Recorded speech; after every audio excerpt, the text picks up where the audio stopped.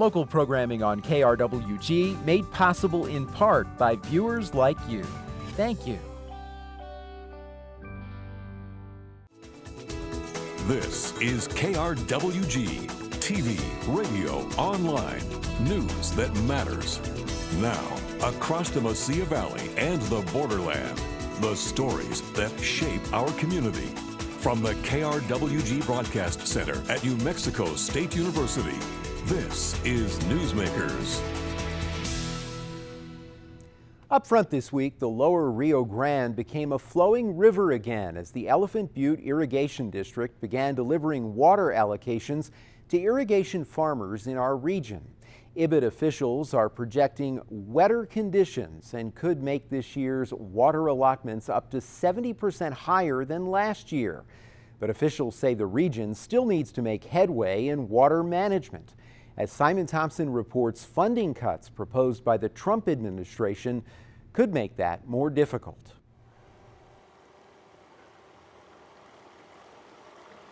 It's the beginning of irrigation season in southern New Mexico. Elephant Butte Irrigation District consultant Phil King is coordinating the delivery of water to farmers down the Rio Grande. Yesterday morning we made the initial release into the river from the reservoir, and so that water is working its way down now. Once released, the surge of water snakes its way south towards Mexico, soaking the dry riverbed on its way to irrigation farmers and municipal users in Hatch, the Mesilla Valley, El Paso, Texas, and Juarez, Mexico.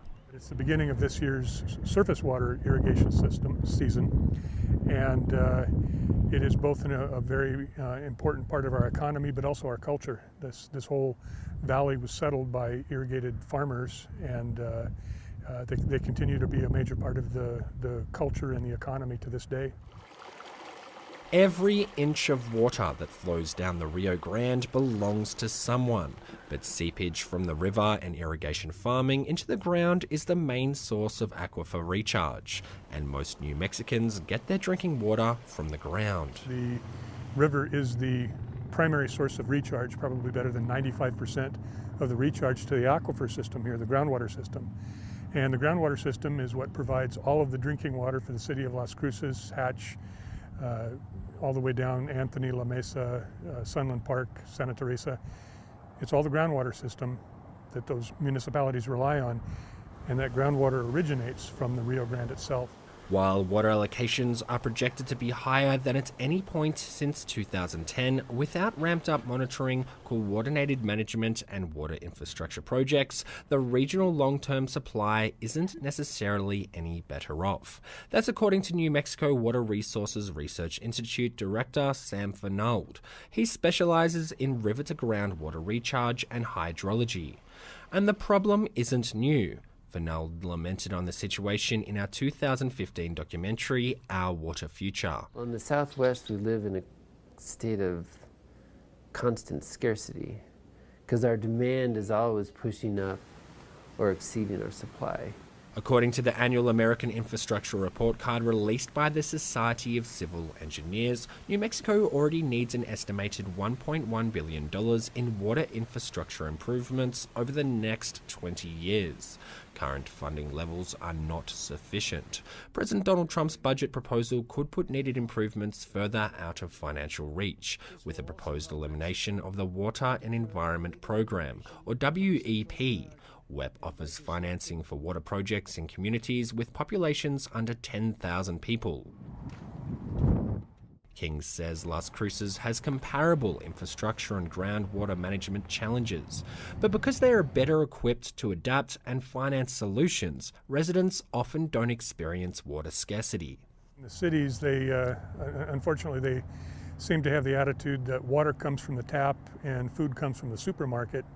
They don't really tie the resource that they're consuming to its original synthesis. Las Cruces recently released a long-term city water plan. King says city growth and regional industrial development threaten a limited water supply.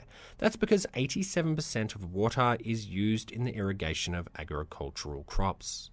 So a lot of the work that I do in terms of research is trying to figure out how to manage water to support the demands as best we can, but also to find what level of demand can actually be supported. According to a 2017 Union of Concerned Scientists report, New Mexico is the 6th fastest warming state in the nation. The threat to an already scarce water supply is real, and one King says our region needs to prepare for, especially in agriculture. You see a lot of high water use crops, permanent crops like pecans going in that assume that they're always going to have that full supply, but we don't. Starting in 2003, we kind of got a rude slap back to reality, and we've been basically in recurring drought every year. We've had a wet year here and there. This one coming down now may be a wet year interspersed amongst a bunch of dry ones. But we clearly have to rethink the way we manage our water. A 2013 Bureau of Reclamation analysis found that the Rio Grande could lose 30% of its water flow by the end of the century. Though agriculture uses most of the region's water supply, farmers won't be the first to be impacted by water scarcity. The United Nations says the burden of rising temperatures will disproportionately impact the poor and those in rural communities. For KRWG, I'm Simon Thompson. Advocates are marking the 3rd anniversary of the Organ Mountains Desert Peaks National Monument. It comes after President Donald Trump issued an executive order reviewing national monuments of 100,000 acres or more that were designated as far back as 1996. Since the designation of the monument, some Las Cruces area businesses have found opportunities to get creative with new brands and expand. Anthony Moreno has more. It's a weekday morning at Beck's Coffee in the historic Mesquite district of Las Cruces. People are catching up with one another and working on their laptops as co-owner Tyrell Thacker tells us about his shop's Organ Mountains Desert Peaks blend. It's a nice medium to dark blend, very rich and robust, real nice chocolatey finish. It's got some great artwork for the label from Wayne Suggs, a wonderful photo of the Organ Mountains. Thacker owns Beck's with his wife Ariana Parsons. They came up with the idea to support efforts to get the local monument designated. We came out with the Organ Mountain Desert Peaks blend right before the monument was officially recognized as a national monument. It was on the final push to kind of get it pushed through, and it was just something to show our support for. The monument has not only inspired a new coffee blend, but also local fashion.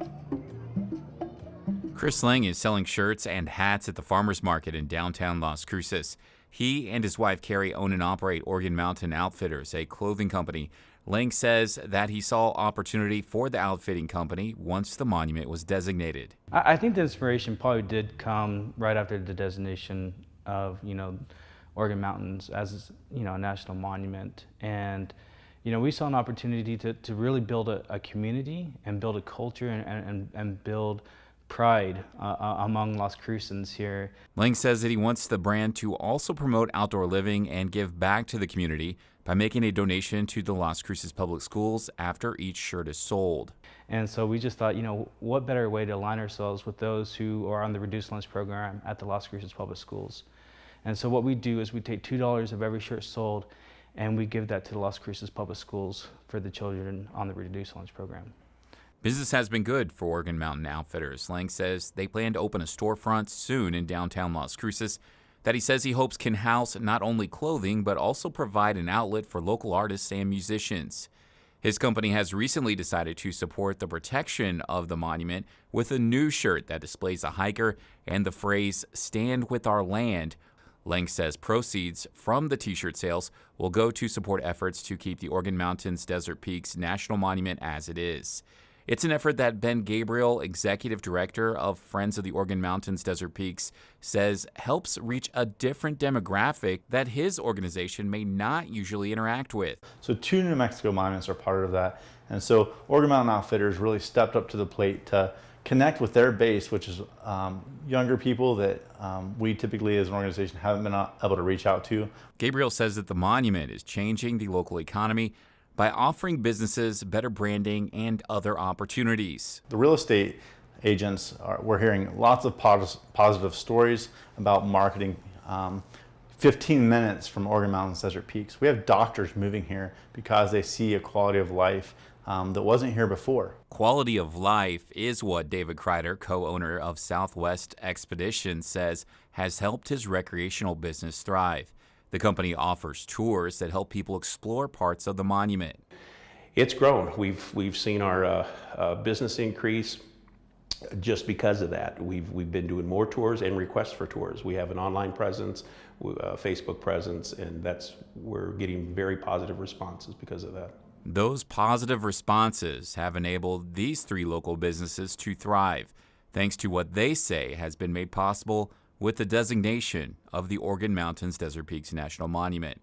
For KRWG, I'm Anthony Morano.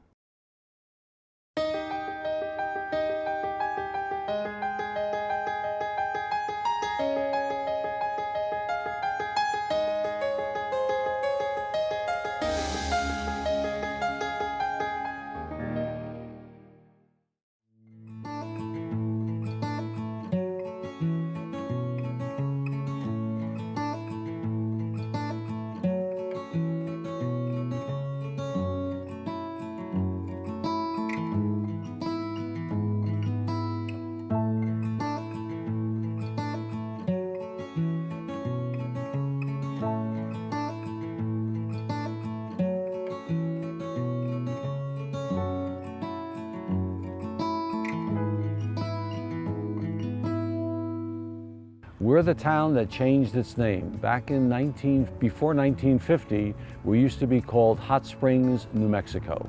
And as the story goes, Ralph Edwards, producer and host of a television and a radio program called Truth or Consequences, it was a game show.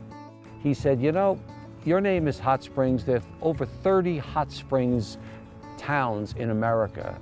If you were to change your name to Truth or Consequences, you would stand out from the crowd. You'd be the only town in the world with that name. And that information trickled down evidently to the mayor of TRC, and they held a vote in 1950, and the community voted to change its name. Right now, if we were to dig about 4 feet down under the ground, we would be in hot water. And of course, you have surface, more or less hot water, and then you have very deep aquifer. This aquifer contains 2 million gallons of geothermal waters, which is continually being recharged. That water that you hear possibly in the background is one of the fountains in the Healing Waters Plaza. That temperature is between 103, 104, up to about 107 degrees. We have ranching, we have the health industry, the spa industry, retailing industry. And I think we are not an expensive town to live in. Property taxes are reasonable, homes are reasonable. And I've been asked in the past, you know, 1 word to describe Truth or Consequences. And in 1 word, I would use friendly, inviting, welcoming.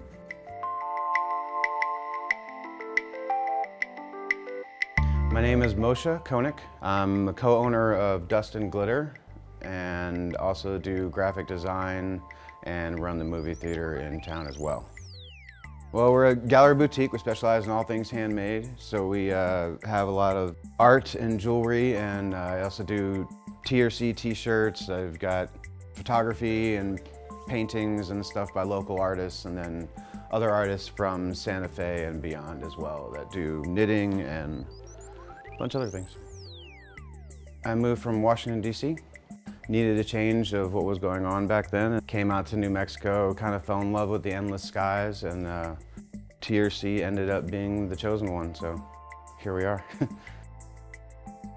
The beauty of everything, the community is really interesting and welcoming and getting to know.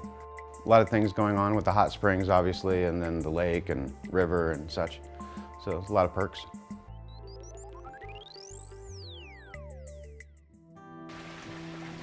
There's all kinds of stories of miraculous things happening. And worked so hard in the fields, they'd come here to rejuvenate and get back on their feet. Historically, this was a mecca for people to come to. They would do a 23-day protocol, go to healers and take the waters 2 or 3 times a day. So these hot springs are pretty spectacular. They are some of the best hot springs in the world, honestly. The mineral content is so high, even though they have sulfur in them. They have over 35 minerals in them, and sulfur is one of them. They don't have an odor, so that's really pleasing and lovely. Some hot springs just come up naturally at 95 degrees, and they go all the way to 114 to 117 degrees. It's the best pain relief in the world if you're experiencing any type of muscular or arthritic condition. And the reason I'm here is because it's water. So basically anything that I do is enhanced by the springs. So it just makes my work so much better. Plus, there's incredible reflexologists in town. There's incredible energy workers in town. Simply because the water, in conjunction with all of these healing arts, and really makes our job so much easier and people's experience so much better. My favorite thing about Truth or Consequences, there's so many. The community is unbelievable. The outdoors, unreal. Being able to go play in the river, play in the lake, hike the mountain, then soak in the waters, you just can't, and in this weather, you just can't get it anywhere else. The hot waters that we're sitting on top of, that is the blood that runs through our community. That is what separates us from every other community. Some communities might have a river that runs through it. They might have the art galleries, some wonderful museums, great shops, wonderful restaurants, all the assets that we have, but they don't have the geothermal waters. And that's what makes this town special.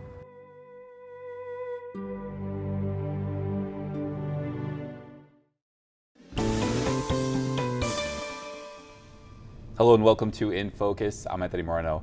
Earlier this year, nmpolitics.net was awarded a grant from the Fund for Investigative Journalism to examine issues within southern New Mexico's behavioral health system and also to explore solutions. The grant and investigation awarded to the news site has turned into a collaboration of journalists from nmpolitics.net, the Las Cruces Sun News, and KRWG News. Joining us to share more about the grant and the collaboration of investigative work here is Heath Haussamen. He is editor and publisher of nmpolitics.net. Thanks for joining us. Thanks for having me here to talk about it. I'd like to start off with what are your hopes that this grant can provide with shining some light on the issue of behavioral health in our state? I think it's pretty clear. We can see it on our streets. We see it in the headlines that we have a problem in this community with the way that we are addressing this issue. And I think local policymakers have a bunch of ideas for what we need to do, but there hasn't been the political will or the collaboration to make it happen. So I think I'm really hoping we can put some of this together in a comprehensive way and look for solutions.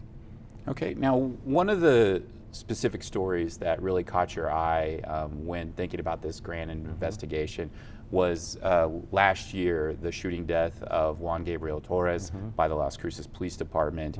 What is it about that specific case that you think really kind of encompasses all of the issues with the behavioral health system here? You know, I filed a records request with the Las Cruces Police Department and the other local law enforcement agencies for any police reports in his history after he was shot by police on the Loman Bridge, just to see what was there. I'd been looking for, and almost hoping I didn't find one, but since the governor froze Medicaid funding for behavioral health services in 2013, I'd been looking for a narrative that would help illustrate what's been happening in our community.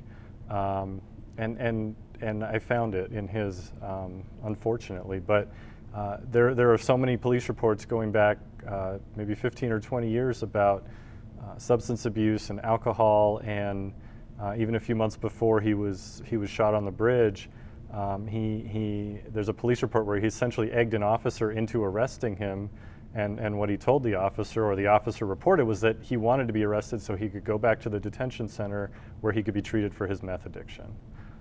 So it seemed like a pretty good illustrator of where our community is at, and we've got to start with a realistic view of where we are before we can figure out how to improve.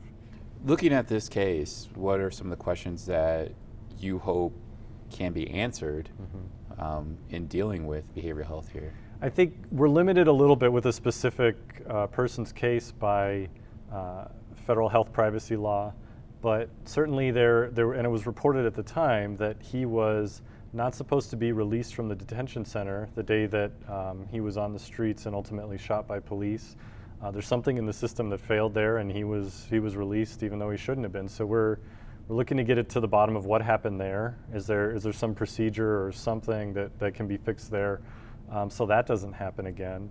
And then, that's a springboard to what are all the other things we need to work on here? Was he receiving behavioral health treatment anywhere? Did he have access to it? Was he on Medicaid?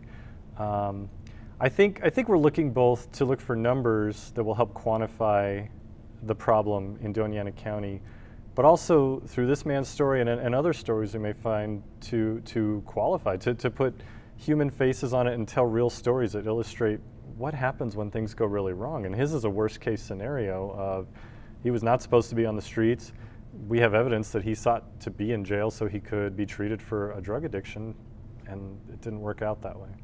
Now, you brought this up earlier. You talked about the Medicaid freeze. I know you've covered that extensively in the past when it was happening, and how it's impacted the state. Let's talk about that a little bit, about what role you think the Medicaid freeze really played and still plays perhaps in providing behavioral health services here. Yeah, I continue to hear from providers and people who work for behavioral health providers that the problems are substantial, that when the governor froze that funding to 15 nonprofit, and I think a couple of them were for-profit behavioral health organizations statewide, it wiped out the system in a lot of ways. And those 15 organizations, if I remember correctly, had provided about 80% of all Medicaid-funded behavioral health services statewide, so treatment for depression, suicidal thoughts, bipolar or other types of diagnoses like that.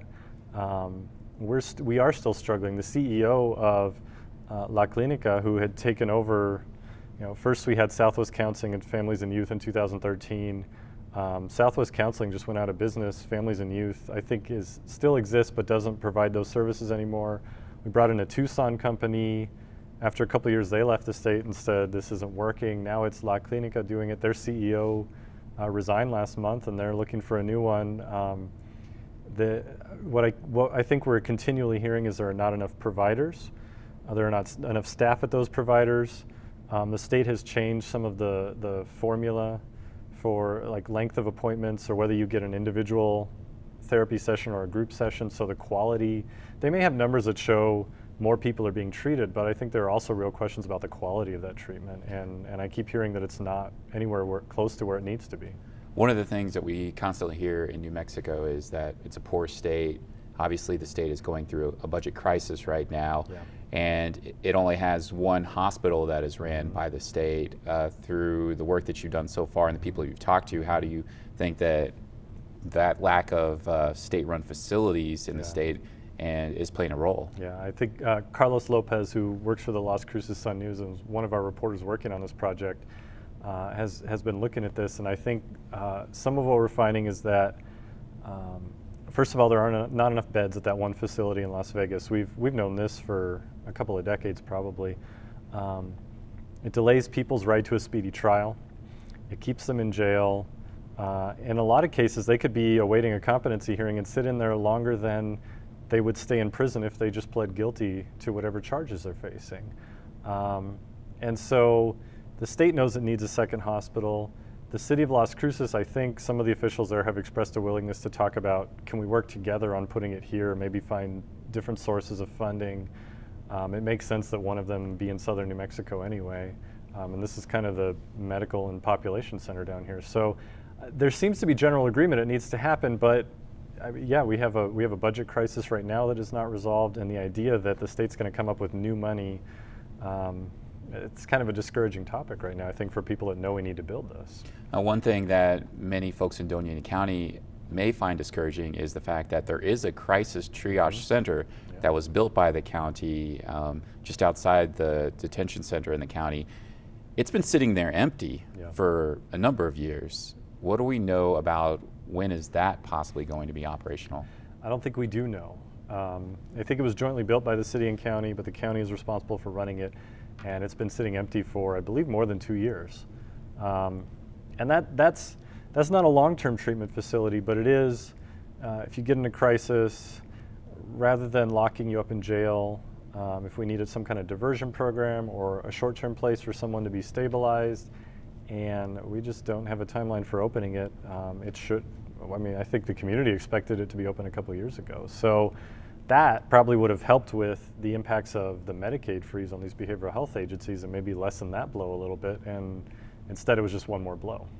Now, this is an investigation that is a collaboration. What are your hopes for not only, this investigation, but also the hopes of providing or shining some light on some possible solutions to face this issue?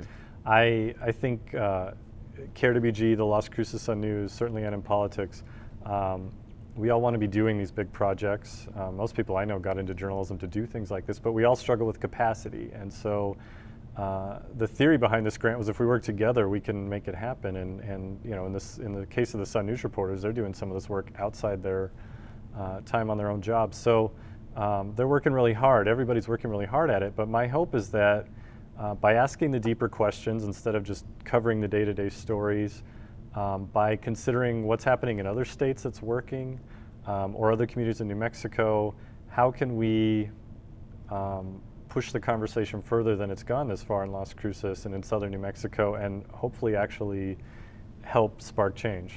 All right, well, Heath, thank you so much for being with us on In Focus.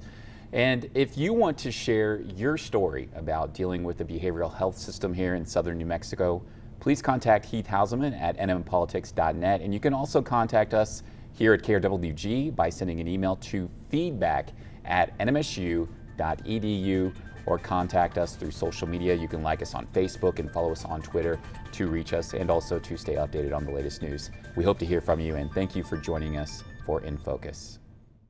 That's our time for now. Join us this week on KRWG Radio. Every weekday, it's Morning Edition, 5 to 9, Fresh Air at 11, followed by Here and Now, noon to 2, and All Things Considered, 4 to 7.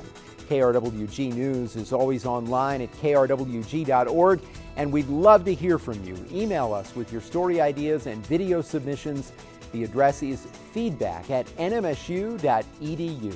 For all of us at KRWG News, I'm Fred Martino. Have a great week. We'll see you next time on Newsmakers.